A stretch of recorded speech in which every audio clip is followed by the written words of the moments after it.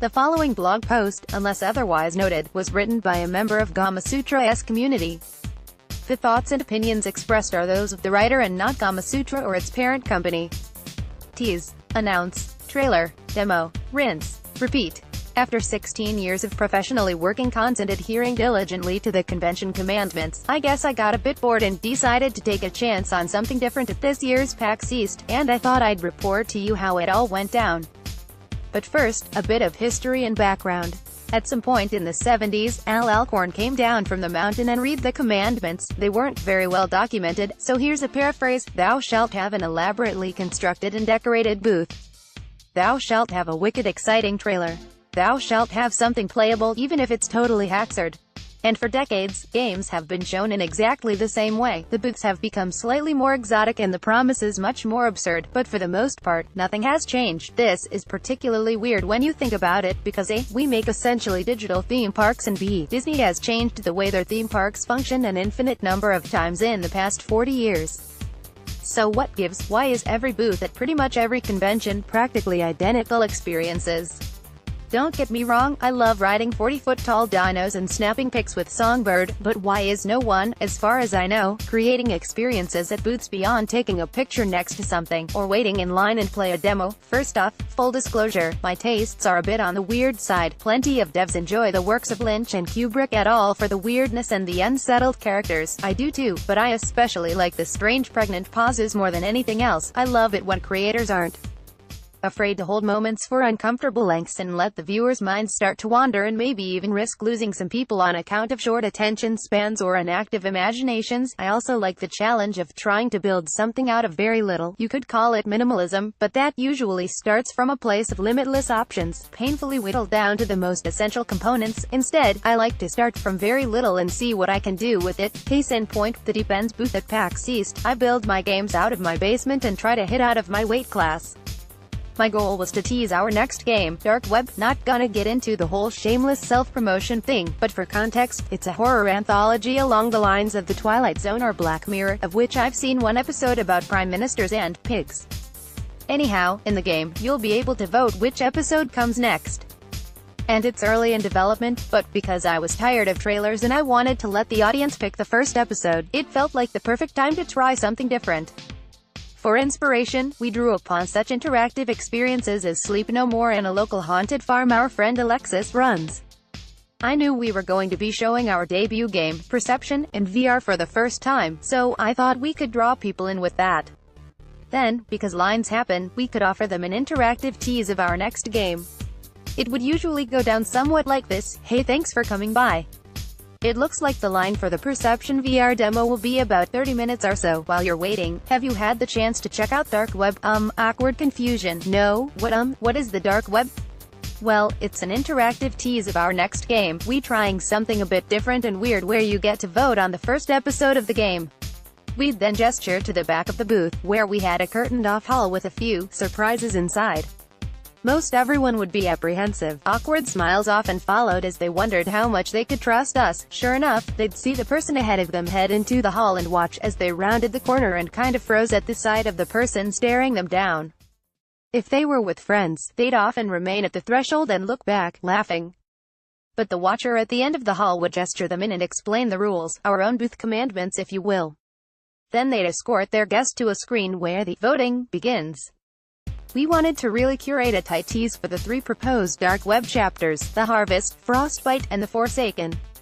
For each, we chose a logo, a line of text, and a very juicy cut of audio prepared by our favorite sound genius, Jim Bonney. Yes, the BAFTA winner, that Jim Bonney. We asked Jim to create a 1-minute soundscape for each chapter that told a story just with ambient sounds.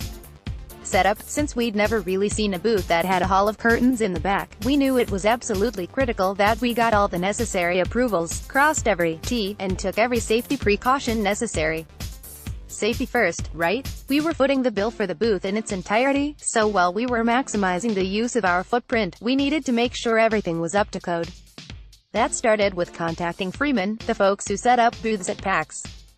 We sent them, admittedly awful, Illustrator SketchUps of the layout, along with a few references. Our first draft was met with a bit of apprehension and required some clarity and further reference. A few concerns were raised. Neighbors, we didn't want to obscure nearby booths, so we scaled back our halls so they were no longer U-shaped. Lighting, because the hall was covered, we needed to make sure people could, find their way in and out. When I originally pitched it, I wanted to have old phones and other tech hanging from the walls to guide players to the end of the hall. This was met with an outright no. Even though the hall was small, it was going to be dark inside, and we wanted to do all we could to assuage fears of the union workers. We proactively offered in advance to have smoke detectors and fire extinguishers handy at all times. Our booth from a few years ago was directly across from a rather large intricate interior build-out where they were allowing users to play their demo, so I was confident we'd be able to get the appropriate permissions. After talking to everyone we could as preventative measure, we were eventually connected with the foreman who would oversee the construction. He agreed it was simple, but definitely appreciated the heads up. Frankly, I'm not sure how he would have reacted had we not provided a series of sketches and spoke with him directly. What worked? When people came out of the booths, they were either grinning ear to ear or stunned. Most said they'd never experienced a booth like ours. Needless to say, we felt like that was a big win. The biggest measurable win, however, were how many people came back to our booth with friends. Or, even better, the folks who showed up saying, "We heard about the dark web experience and had to try it out. Can I get a squee?" We handed out hundreds of dark web signature masks, and got equal amount of email addresses for people to keep in touch with the project. We'll be announcing the winner, our next game, soon, so hopefully we can continue to build buzz in this non-traditional way. And people really ran with it. Some worked the masks into their cosplays, which was exactly what we were hoping for. Very relatively little cost, we were able to build a strong rapport with hundreds of potential new fans. We were able to start some great conversations with streamers and a number of business partners who heard whispers of the weird things we were doing. It should go without saying that none of this would have been possible without all the overwhelmingly enthusiastic help of friends we had pitching in. We made sure to over-recruit people to pitch in, but Amanda and I were ecstatic not only at how eager folks were to perform as watchers but also how far people took the roles. The plan was originally to have a watcher standing there at the end of the hall with a tablet. They would communicate entirely through the screen and mime-like gestures. As the show went on, and batteries ran low faster than expected, Neil and Chelsea, two of our amazing helpers, started performing without the screens. While I was apprehensive about this at first, Neil showed me how he was creepily miming things like "no photography," and I was sold. I think perhaps Amanda might have been a bit sad panda about some of her flavor writing being cast aside, but in the end, we all agreed it created an experience that was memorable in its own way. We decided to give performers the choice to go screenless. Along with the performers, we had tons of help running the front of the booth. Turns out demoing VR is more hands-on than I anticipated. Further, leading up to the event, I contacted some friends who helped build booths at various companies and help coordinate swag like the masks and pins. I think the moral of the story here is that networking goes well beyond just finding your next gig. What needed improvements? While day one was a resounding success, we were not able to get enough people through the experience. After the show floor closed, we immediately set to work transforming the hall by splitting it into two. The space was originally designed with a primary entrance, a primary exit, and an emergency exit. By cutting the hall right down the middle, we could double our impressions. Because the entire concept seemed a bit shady to begin with, and frankly, I never really found a way to lure people in without sounding like a complete weirdo, we definitely had issues shepherding people. We always had at least a few people waiting, and with two entrances on opposite sides of the booth, we definitely did our fair share of walking. But I think the rawness worked nicely with both the nature of the game and how we are building it.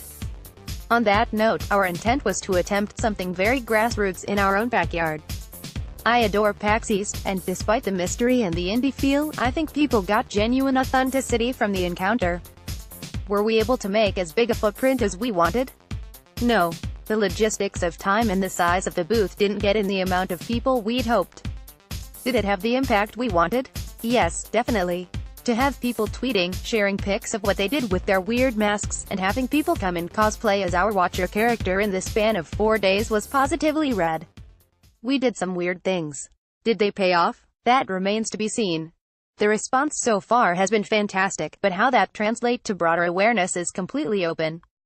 I just look at how much noise there is and how much we're leaving on the playing field and knew that we had to take a shot at something different to build a new type of connection. So here's to break